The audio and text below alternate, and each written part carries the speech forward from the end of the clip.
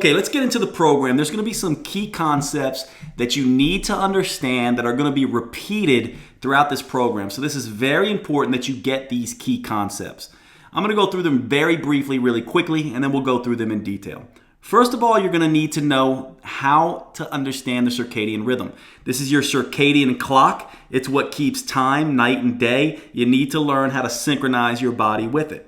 The other thing you need to do is you need to understand how the sympathetic response works, your stimulating side of your nervous system. What things can you do to control it? Another important concept is going to be the concept of sleep drive. This is the idea that your body knows naturally when it is deficient in sleep and will naturally seek to put you back into quality sleep balance. Sleep drive is going to be important. And the final thing here, and perhaps the most important thing you're going to get throughout this program, is the idea of cognitive behavioral therapy. What exactly is it? So let's get into the first one here. First thing you need to understand is circadian rhythm. Circadian rhythm really talks about the way your body's hormones and its function changes from day to night. So if you look over here on the left side, you'll see night. This blue block represents night. And these red arrows coming up and peaking and then falling as you approach morning represent melatonin. Melatonin, when the night comes, when the lights go out, when it gets dark, melatonin is actually released and it gets your body prepared for sleep. Melatonin also has some great anti-cancer effects and other things. It's a very important hormone. The other thing melatonin does, of course, is it suppresses cortisol. So when melatonin is high, the stress hormone cortisol is necessarily low. And you want that, right? Because it helps with sleep. Well, when day comes and light triggers, light shuts down the melatonin response. And what happens is cortisol is then the brakes are taken off the stress hormones and you're stimulated and you want this. Cortisol rises. It's a normal, healthy response. And then as day comes again, you end up having this situation where cortisol falls back, melatonin peaks again, and you have this nice rhythm where you wake during the day and you feel active and not fatigued and alert.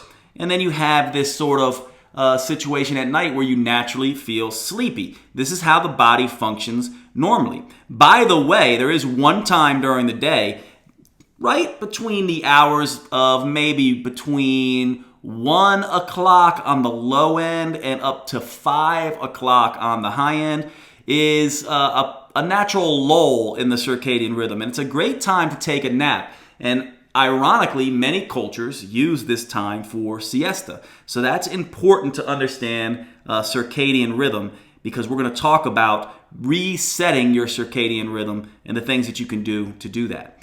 Now, here's circadian entrainment. How do you do it? Well, here you see a woman who's being exposed to light in the morning. Sunlight is best. Well, light exposure is what shuts down melatonin and allows cortisol to be released. Now think about this for a minute, because we have very strong light exposure now in the modern era, especially coming from devices like computers, TVs, mobile phones, iPads, things of that nature. These things emit light spectrums in the blue range that are very stimulating, almost like daylight. And so this doesn't happen with everybody, but some people, many people actually, are very sensitive to this bright light exposure, and it keeps them stimulated and keeps them from releasing melatonin. And when this happens over and over again, you can begin to entrain your circadian rhythms in the wrong way. Next thing you know, you're not feeling sleepy till 2 in the morning, and you're also waking up too early or sleeping too long. This happens too when you travel, doesn't it? Anyone who's traveled and experienced jet lag knows what this is like. And so the ideal situation has you turning out the lights when the sun goes down and exposing yourself to light in the morning, especially sunlight. If not sunlight, I'll tell you about other things that you can use later on in this education that entrain the circadian response. So you want bright lights in the morning, not at night.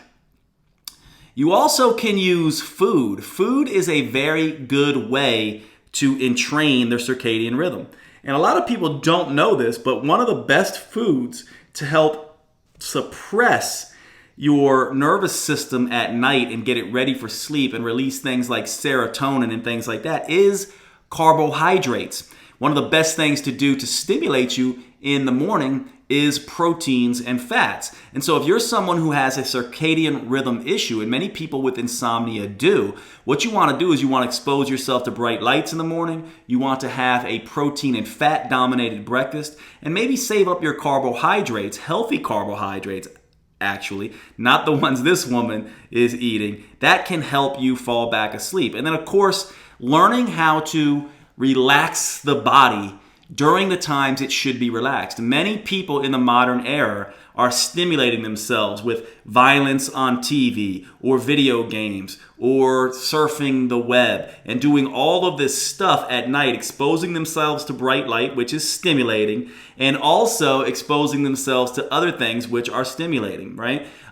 Coffees, alcohol, which is depressing to the sympathetic nervous system in the short term, but stimulating later, which is why it wakes you up. And so here you see a woman taking a bath. This is basically saying that you want to create a nighttime ritual to calm yourself. So really quickly, exposing yourself to bright lights in the morning, focusing on protein and fat in the morning, saving up your carbohydrates for the evening, and also turning out the lights, using dimmers, using blue blockers on your devices, and I'll tell you a little bit about that later, and also having a nice relaxing ritual at night are great ways to entrain their circadian response.